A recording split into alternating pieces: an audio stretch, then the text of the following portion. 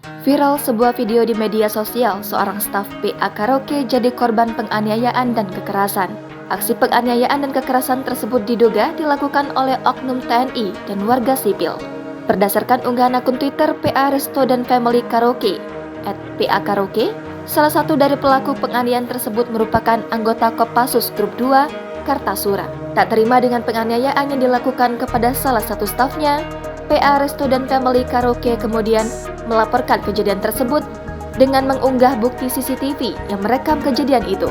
Pada keterangan video yang diunggah di akun Twitter tersebut, PA Resto dan Family Karaoke tampak menandai akun Menteri Koordinator Bidang Politik, Hukum dan Keamanan Indonesia Mahfud MD.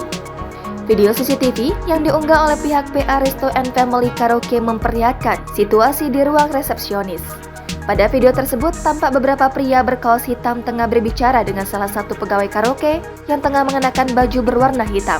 Namun, tiba-tiba salah satu dari pria berkaos hitam tersebut tampak marah dan kemudian memukul kaca pembatas meja.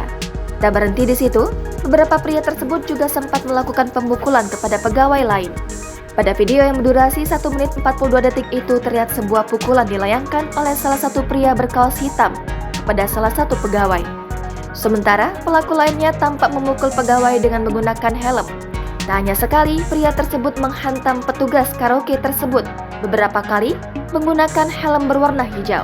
Tak hanya menerima pukulan, pegawai itu juga ditendang oleh para pelaku hingga meringkuk. Selain itu, terlihat beberapa pria lainnya ikut memukuli pegawai tersebut. Ada yang menonjok, menjitak, hingga menendang tubuh pegawai yang meringkuk. Berdasarkan keterangan pada video, tak hanya menyisakan luka parah pada korban, kekerasan itu juga menyebabkan kerusakan beberapa fasilitas. Video penganiayaan dan kekerasan ini kemudian viral dan mengundang beragam komentar dari warganet.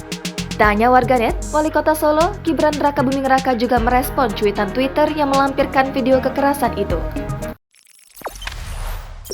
Jangan lupa subscribe, share, komen, dan like ya!